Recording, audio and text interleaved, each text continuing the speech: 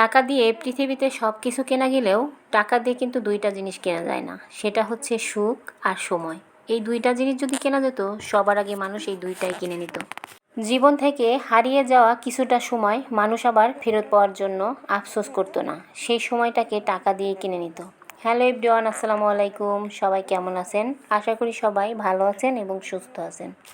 প্রতিদিনের মতো এই যে আবারও হাজির হলাম আপনাদের মাঝে আমার সংসারের কাজকর্ম নিয়ে। এই তো সকাল সকাল হচ্ছে বাজার নিয়ে এসেছিল, সেগুলো এখন গুছিয়ে নিছি আর আপনাদের সঙ্গে গল্প করছি।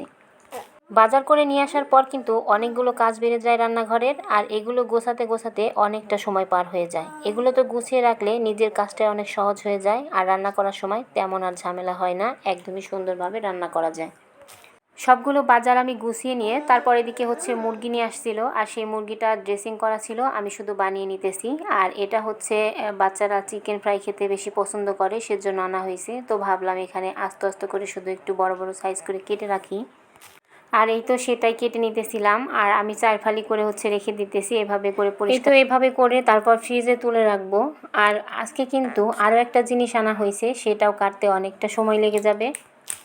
প্রথমে আমি সব কিছু গুছিয়ে ফ্রিজে তুলে রেখে তারপর হচ্ছে মুরগিটা কেটে নিলাম। আর এবার হচ্ছে গরুর যে ফ্যাপসাটা আনা হয়েছিল, তো সেটাই এখন কেটে নেব। এই ফ্যাপসাটা কাটা কিন্তু ভীষণ ঝামেলার, তবে এটা কাটার পর রান্না করে খেতে কিন্তু ভীষণ মজার। রান্নাঘরের এই কাটাকাটি ঝামেলাগুলো করে রাখলে কিন্তু রান্না করতে ভীষণ সহজ হয়, আর রান্নার সময় খুব আরামে সব কিছু বের করে নিয়ে তারপর রান্না করা যায়। আর এগুলো যদি এভাবেই রেখে দেই, তাহলে কিন্তু রান্না করার সময় বারবার কাটতে হবে, ধুতে হবে। এই তো এদিকে আমার ফ্যাপসাগুলো কিন্তু প্রায় কাটা হয়ে গেছে, আর এই তো সবগুলো আমি কেটেও নিয়েছি। আর এই তো এখানে মুরগিটাও কেটে নিলাম, আর এই তো সবগুলো কাটাকাটি করে এখন চলে আসলাম হচ্ছে মাছ কাটার জন্য। আর আজকে আমি হচ্ছে মাছটা কেটে তারপর ইলিশ মাছ রান্না করব। যত মাছ কাটি আমরা, তার মধ্যে সব থেকে সহজ হচ্ছে এই ইলিশ মাছ কাটা। এটা একদমই ঝামেলা নেই, ইলিশ মাছটা কাটা খুবই তাড়াতাড়ি কাটা হয়ে যায়, আবার রান্নাও কিন্তু খুব তাড়াতাড়ি করা যায়। একটা সময় ছিল এই মাছটা ছাড়া আর অন্য কোনো মাছই ভালো লাগতো না। এখন যদিও সব ধরনের মাছই খাওয়া হয়, আসলে মানুষ হচ্ছে অভ্যাসের দাস, কারণ যেটা অভ্যাস করা যায় মানুষের সেটাই হয়ে যায়, সেই রকমভাবেই চলতে পারে। আর এই যে ইলিশ মাছটা কিন্তু অনেক মানুষের কাছেই প্রিয় একটা মাছ।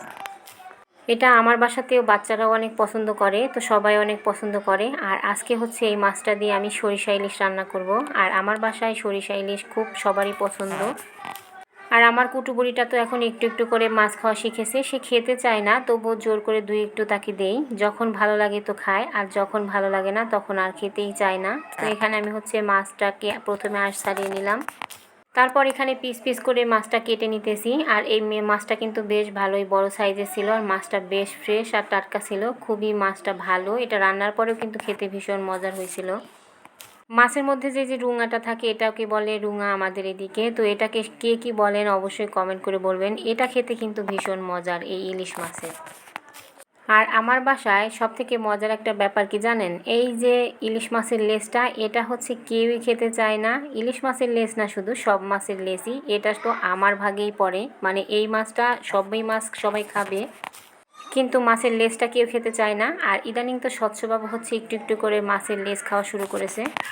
এই তো এখানে হচ্ছে আমি মাছগুলো কেটে নিয়েছি, আর মাছটা কাটা কিন্তু একদম কমপ্লিট হয়ে গেছে। আর এখন হচ্ছে আমি রান্না বসাই দেবো মাছটাকে ধুয়ে নিয়ে। আর এই তো এখন হচ্ছে রান্না বসাই দিলাম। আজকে হচ্ছে সরিষা ইলিশ রান্না করব, আর এটা রান্না করতে কিন্তু একদম কম সময়ে হয়ে যায়, এটা রান্না করতে বেশি সময় লাগে না। আর এই তো আমি মশলাটা কষিয়ে তারপর হচ্ছে মাছগুলো দিয়ে দিলাম। সরিষা ইলিশ রান্না করতে সবসময় আমি হচ্ছে কাঁচামরিচ ব্যবহার করি, আর আজকে তাড়াহুড়োয় আমি শুকনো মরিচটাই দিয়ে দিয়েছি, কাঁচামরিচ বাটার একদমই সময় ছিল না। তারপরে তো সরিষাটা দিয়ে আমি হচ্ছে রান্না করে নিতেছি। আর আজকে রান্না করতে করতে আমি বিদায় নিয়ে নিলাম। সবাই ভালো থাকবেন, আল্লাহ হাফেজ।